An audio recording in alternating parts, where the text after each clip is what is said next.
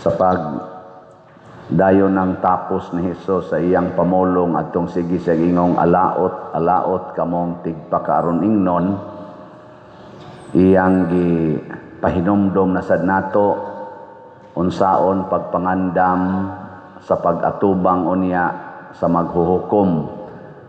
Iyang gi-equate ang atong kahimtang sa usa ka sulugoon nga kinahanglan gyud mahimutang buutan o kaning mahigugmaon nga sulugoon ngadto sa agalon. Lingay mong tupad na sulugoon ka pangtan-a ba na sulugoon ka dihas inyo. Kinsa man sa inyong balay ang sulugoon, ikaw o ikay sigig panugo.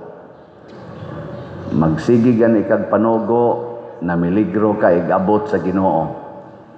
Kay ang gusto des Ginoo nga nigabot gid niya kita sulugoon. Nya kinsa man kuno ning buotang sulugoon, kanang mag-atiman sa iyang isig ka sulugoon. Kana kunong kamaong mubahin-bahin sa grasya ngadto sa iyang isig ka sulugoon. Dili niya tungod lang kay siya maoy mura kunuhay labaw-labaw, iya dayong tigumon ang tanang grasya, pagkaon, pananglitan, imnunon, unyab iyang pahimuslan tungod kay wa dihang iyang agalon.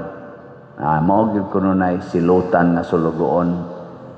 Sa atong mga leaders karon sa katilingban, labi na sa atong gobyerno dinhi sa Pilipinas, purti na gyung grabiha sa pagpahimo sa atong mga leaders. Sigihan lang yapon nila og himo og mga butang nga muratag lipat-lipaton ba, muratag kitang mga katawhan nga angay unta nilang atimanon kanang tagaan og mga bahin, saktong bahin sa Gracias Pilipinas. Ila na lang giilad-ilad anang ilang mga balaod-balaod, kanang ilang mga hiring-hiring. Ambot mo resulta bagyod kahana. Pila ka anang ilang hiring-hiring, daghan kay gahiring karon ang Congress, ang Comelec, sigig kuan-kuan kanang investigate, ang Senado, ang opisina sa presidente, ang mga mayor, investigate. Ambot o kinsa kay tinuod ana nilang nag-investigate. Pagabita atong pagdayong eleksyon sa Senado, investigate dayon si Senador Amy Marcos tungod atong illegal nga padala sa ngadto sa tawagan ng presuhana ditong The Hague ni former President Duterte. Naasya dito gipanghinganlan si Torres, si Remulla, duha ka Remulla, kinsa patong iyang gipang patawag dito nga iya paganing kunong giingong pailan og kaso. Karong nidaog na pagka-senador, wa naman, hilo man. Wa na, nahilom na. Ambot sa kaning kang Senador Marcolita, kaning iyang flood control. Musangko bagyog ka ni sa desisyon. Doon na bagyog kahay manubag ani nga ila naman ginang gipang-angkon, hastang presidente ni angkon naman gyud. Nga daghan yung ghost projects nga ni cost og billions. Wagi siguro trillion pa na, walang madiskubrihing uban.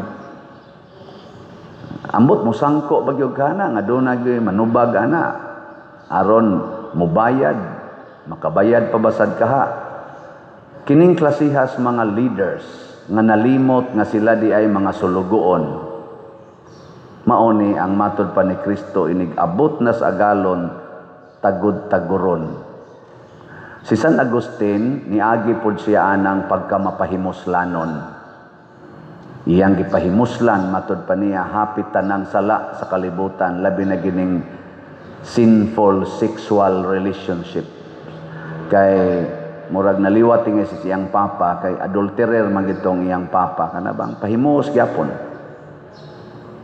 Kamo wa mo nagpahimos. Wa mo? Niagi si Agustin anang puyo-puyo ana, pero sa dihang nakakita siya sa Ginoo, matod pa niya, my heart has been restless until it rests on you.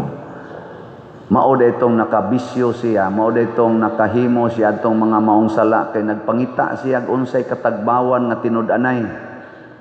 Pero diha ragid siya natagbaw sa dihang nisunod na siya sa Ginoo. Ug unsa may iyang pagsunod sa Ginoo, biyaan ang tanang sala. Kanang pagka lustful, kanang honor, sige yung pangitaan ng honor nga sikat yung kayo kanang power, pleasures, comfort.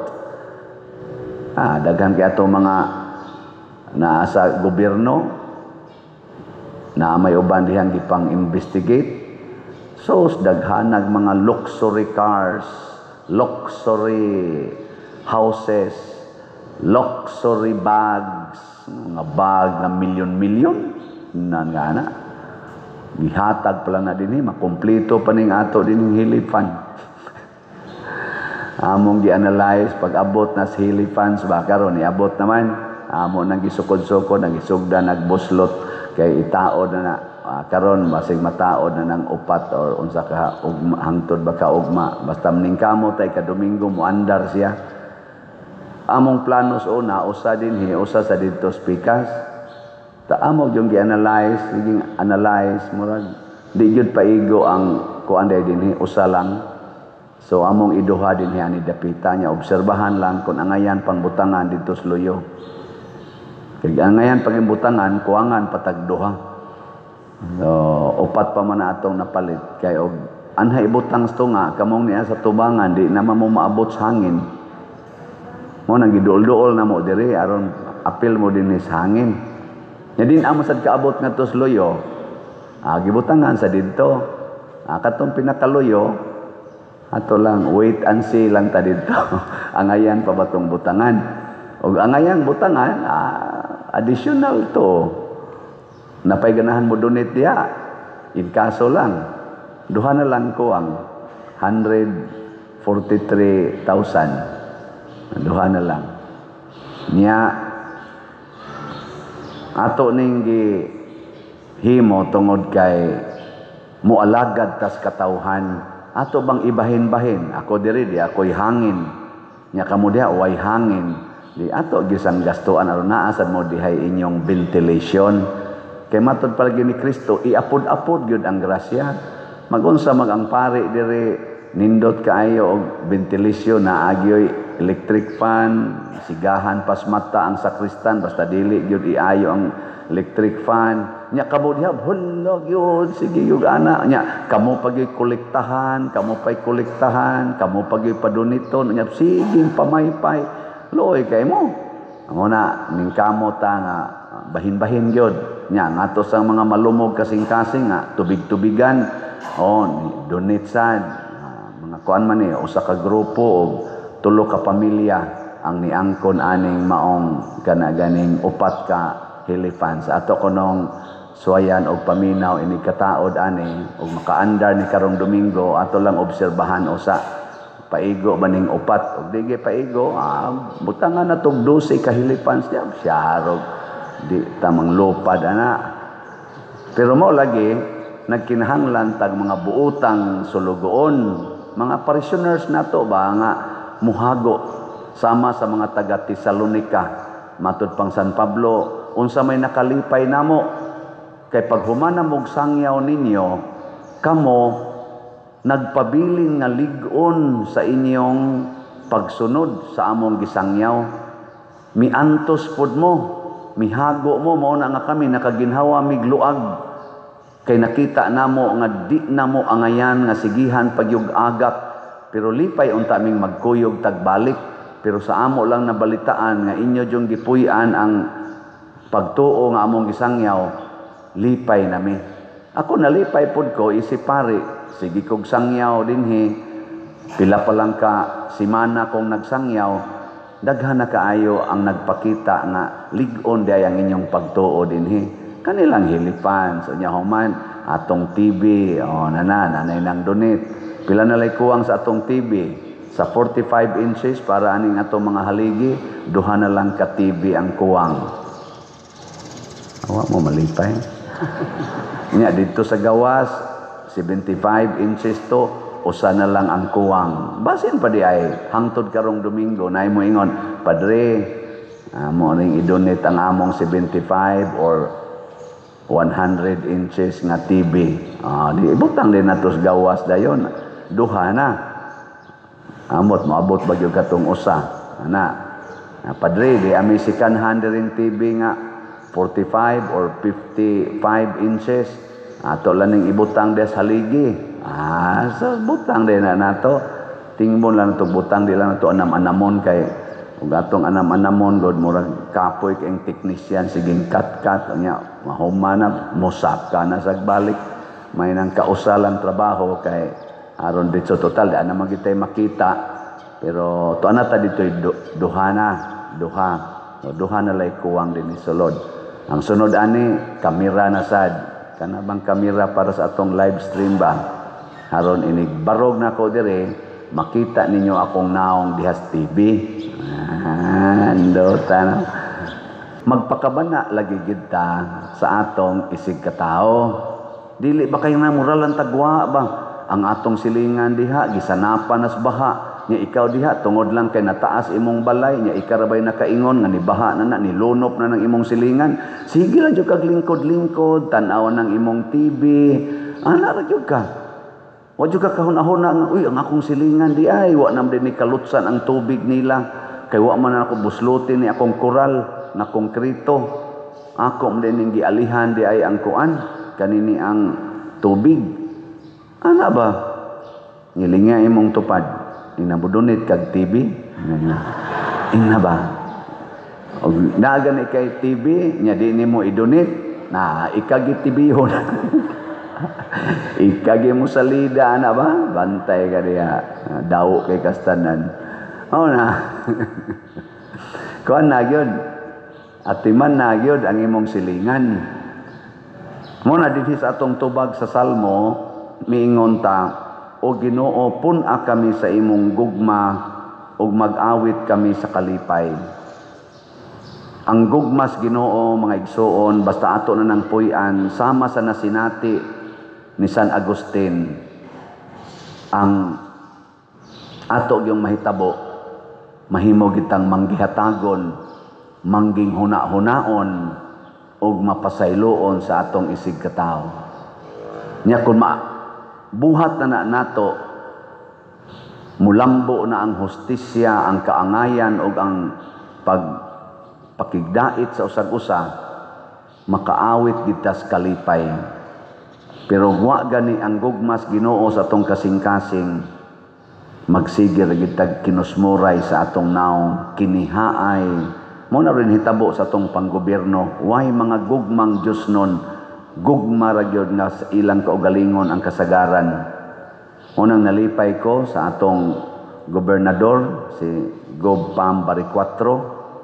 Iya yung gipaningkamutan nga bisan ang ilang selebrasyon na civil or civic society kanang 456 years anniversary sa atong probinsya sa Sugbo.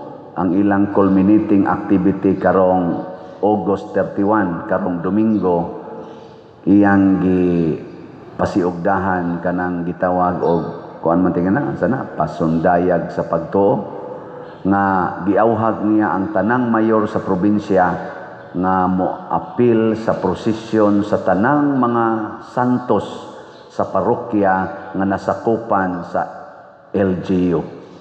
Kita dinhi magkuyog ta og ang atong mayor ug ang LGU dinhi moapil ta sa maong prosesyon na natay gihan-ay ana nga mga tao nga mokuyog na po ka minister ba to nya daghan nga mga kofradiya di Santiago Apostol o uban pang mga mukuyog.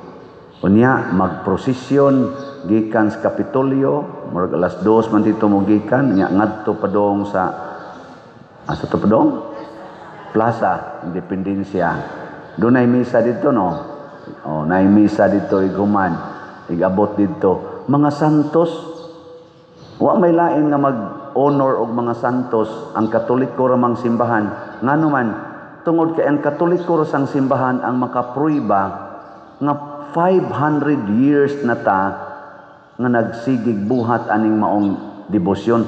Why laing tinuhuan dinhi sa Pilipinas nga makaklaim na 500 years naming ni-exist og nag-practice aron pag-uplift sa moral and spiritual lives of the citizens.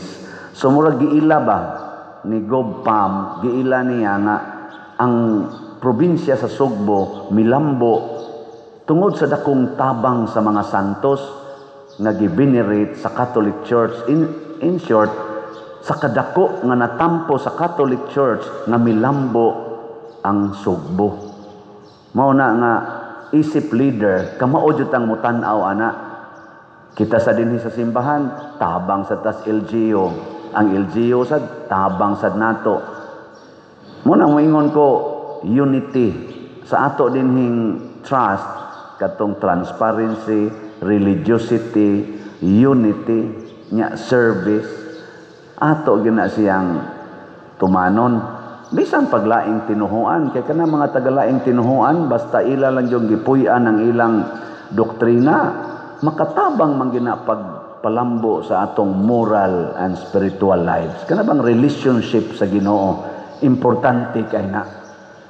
Bisag unsa pay na magitay kalahian, Katoliko, lahi man tas born again og doktrina, ang Katoliko, Iglesia ni Cristo, Sabadista, UCCP, Baptist, lahi man gitag doktrina, pero doon natay gitawag og common ground. Unsa man nga miilata nga naatay espirituhanong kinabuhi nga angay atimanon, dili ra kining atong lawas, naa sad tay espiritu. Gilingay mong tupad ning na giatiman nimo imong kalag. Na ina bay na giatiman nimo. Masig-sige lang kag inom og maintenance para sa imong lawas. Dako kay kag gastos maintenance sa imong lawas.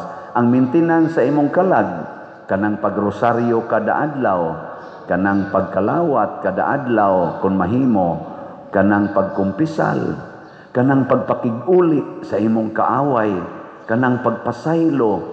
Mao man ay maintenance sa atong kalag.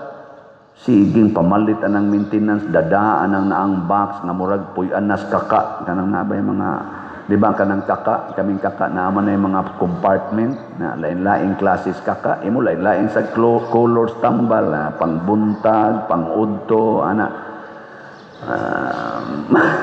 Ang kalag atiman na sa doy. Saman ka, sige raman ka na imong lawas. Mo na, mo appreciate yun ko sa lain-laing relihiyon na nagpalambo sad sa kalag. Nya kung magkabangi ang atong doktrina, di na lang na nato kayo tagaag dakong pagtagad. Atong ilhon lang na nato inighukom sa Ginoo.